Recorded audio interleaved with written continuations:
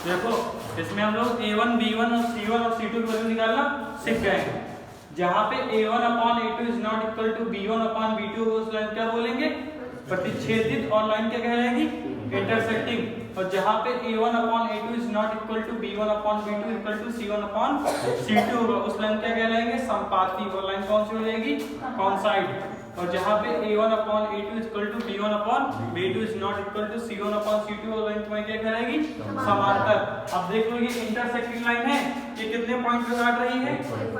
ये एक पॉइंट पे काट रही है, इसके कितने आंसर हो जाएंगे? एक। और ये दूसरी लाइन देखो, ये कितने पॉइंट पे काट रही है? एक तो यहाँ पे काट रही है, फिर यहाँ पे, फिर यहाँ पे, फिर यहाँ पे, फिर इस तरह करके कितने पॉइंट हो जाएंगे? अनेक आंसर। इसके कितने आंसर हो जाएंगे? अनेक। ठीक है। अब ये लाइन है, ये कभी आपस में काट रही है? नहीं काट रही। इसका आंसर क्या होगा? कोई उत्तर नहीं। कोई उत्तर नहीं। बस इसको यहाँ पे एक पॉइंट पे काट रही है तो एक आंसर होगा, यहाँ पे काफी पॉइंट पे काट रही तो अनेक आंसर होगा। ये आपस में कभी भी नहीं काटेगी, उसका आंसर क्या होगा? कोई उत्तर नहीं होगा।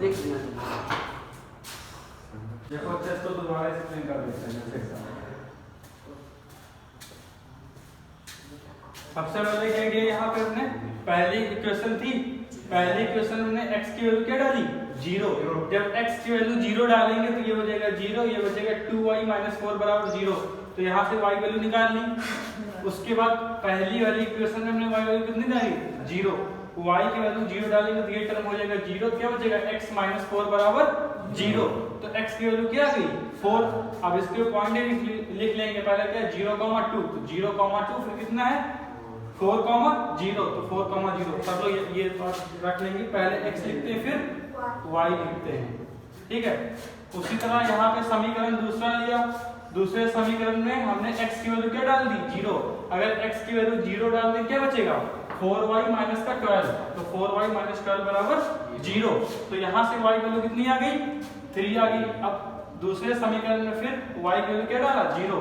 अब जब y की वैल्यू 0 डालें क्या बचेगा? 2x - 12। तो लिखा 2x - 12 बराबर 0। तो x की वैल्यू कितनी आ गई? 6। अब इसको इसी तरह बना दिया। तो पहला पॉइंट क्या है? 0,2। तो हमने लिखा 0,2 यहाँ पे आएगा, फिर 4,0 तो 4,0 यहाँ पे आएगा, फिर 0,3 तो 0,3 यहाँ पे आएगा, और 6,0 यहाँ पे आ जाएगा। अगर x 0 कहेगा तो x पे नहीं जाना है। x 0 कह रहा तो x पे नहीं गए। y कितना कह रहा है? 2, तो y पे चले गए। उसी तरह इसमें x कितना कह रहा था? 4, तो x पे गए 4, और y था 0, तो y पे जाना नहीं है। उसके बाद ये ग्राफ बनाएंगे। ग्राफ बनाने के बाद ये दोनों लाइन आपस में कभी नहीं काटेंगी। जब ये लाइन आपस में कभी भी नहीं काटेंगी तो इसका आंसर क्या होगा? कोई उत्तर नहीं। और लाइन कौन सी हो जाएगी? पैरेलल या समांतर लाइन।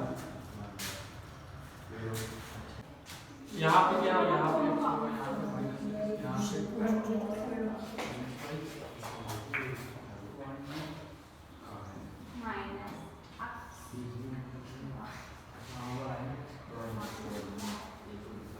देखो, यहाँ पे देख लो, देख लो।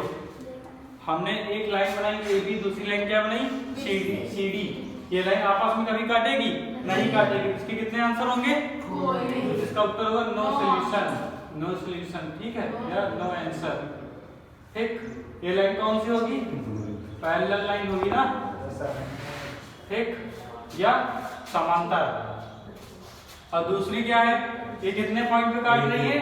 एक पॉइंट पे। इसके कितने आंसर हो जाएंगे? एक सॉल्यूशन हो जाएगा, 1 आंसर हो जाएगा। ठीक है। और इसको क्या बोलेंगे? इंटरसेक्टिंग। ठीक। और ये लाइन देखो, हमने एक लाइन क्या बनाई? A से B यहाँ पे बनाई, और फिर दूसरी लाइन क्या बनी? C से D तक। तो ये यहाँ से लेकर यहाँ तक कितने पॉइंट हो जाएंगे? अनेक। तो इसका आंसर क्या होगा? अनेक उत्तर। अनेक उत्तर होगा, या इंग्लिश में इसको बोलेंगे इनफाइनाइट आंसर। ठीक, क्या होगा? इनफाइनाइट आंसर होगा इसका। और ये लाइन कौन सी कहलाएगी? ठीक है, इसको इसमें बोलेंगे ठीक।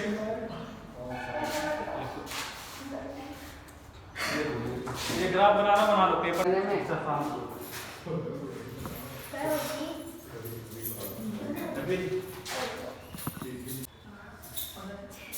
देखो इसमें क्या करना रहता है, इस विधि में या तो x और x वाले को काटना रहता है या तो y वाले को y से काटना रहता है। जैसे कि मान लो हमने लिखा 2a प्लस b बराबर 4 और a प्लस 4b बराबर 8, ठीक है लिख दिया। यहाँ पे क्या कर सकते हैं, या तो a को a से काटेंगे, यहाँ कितना है 2a, यहाँ पे कितना है 1 है, तो अगर इसका मल्टीप्लाई 2 से कर देंगे कितना हो जाएगा, ये 2a, ये कितना हो जाएगा 8b और ये 16। देखो 2a 2a सेम हो गया। अगर b भी सेम करना है तो हम लिखा b plus a plus 3b, ये लिखा हुआ है। यहाँ पे अगर b कितने हैं 1, यहाँ कितने b हैं 3, तो इसका गुणा किससे कर देंगे 3 से, कितना होगा 6a प्लस का 3b और नीचे क्या है a प्लस 3b। देखो यहाँ b भी सेम हो गया, यहाँ पे a सेम हो गया ना। तो कुल मिला के या तो x वाले को सेम करना है या तो y वाले को सेम करना है। तो मान लो इसमें हमने देखो यहाँ x कितना है, यहाँ x कितना है 6, यहाँ पे 2 है और यहाँ पे 6, तो 2 या 6 कभी बराबर होता है, कभी बराबर नहीं होता है। 2 और 6 बराबर कब हो सकता है, जब हम लोग 2 का गुणा किससे कर दें 3 से, कितना हो जाएगा 6 बराबर 6। तो मतलब ये हुआ जब 2 को 6 के बराबर करना होगा तो हमको किससे गुणा करना पड़ेगा 3 से। तो क्या करेंगे, इसको पूरे को 3 से मल्टीप्लाई कर देंगे।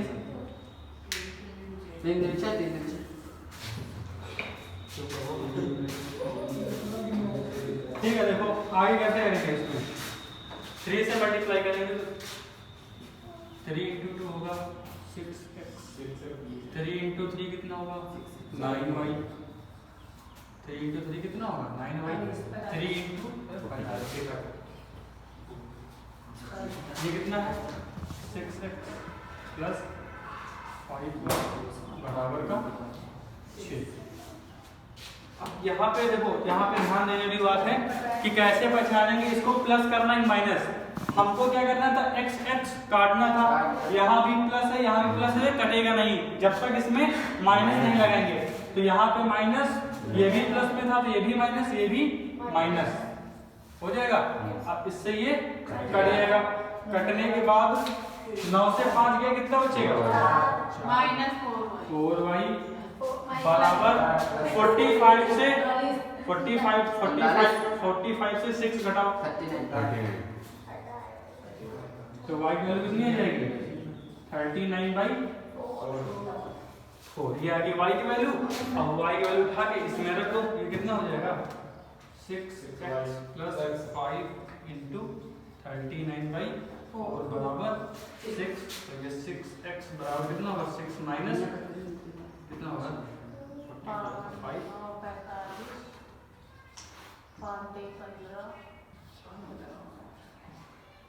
ये तो है। ठीक है, अब सब लोग इसको सॉल्व कर लेना। इस सॉल्व करने के बाद क्या हो जाएगी, यहाँ से x की वैल्यू निकल आएगी। ठीक, देखिए यहाँ पे कैसे करेंगे, अगर बात करें x की, यहाँ x कितना है, यहाँ x कितना है, तो इधर x है 4, इधर x कितना है 3। तो 4 3 कभी बराबर होता है, 4 3 कभी भी बराबर नहीं होता है। तो 4 और 3 का टेबल पढ़ो, ऐसा टेबल पढ़ो, 4 का टेबल पढ़ो, इसमें 3 की वैल्यू आती है कितना 12। मतलब 4 को क्या बनाना पड़ेगा, 3 को क्या बनाना पड़ेगा, इसका गुणा किससे कर देंगे 4 से। ठीक है, तो 4 वाले को मल्टीप्लाई हमने किससे किया 3 से, और 3 वाले को मल्टीप्लाई हमने किससे किया, इसको करेंगे 4x 12x, 3 4 जा 12, 3 3 जा 9 और 5 3 जा 45। अब इसको 4 से करेंगे तो 4 3 जा 12x, 4 पंचे 20 बराबर हो जाएगा 80। ये बात को समझ नहीं, यस सर। तो 3 ये है 3 और 4 में 4 की टेबल पढ़ो जिसमें 3 आता हो, मतलब जिसमें 3 के भी टेबल आता हो। लिखने कैसे लिखो, वैसे लिखा 4 8 और 12 3 6 9 12। तो 4 में सबसे छोटी संख्या क्या है इसमें 12, यहाँ सबसे पहले क्या है 12, तो सेम होकर 12 ही बनाना पड़ेगा, 12 लिख लिया। अब इसको सब लोग कर लेंगे, यहाँ क्या कर देंगे, यहाँ पे माइनस, यहाँ पे माइनस, यहाँ पे माइनस, तो ये कट जाएगा। कटने के बाद 20 से 9 घटाओगे क्या आएगा 11 का y बराबर 80 से 45 घटाओगे तब बचेगा 50 से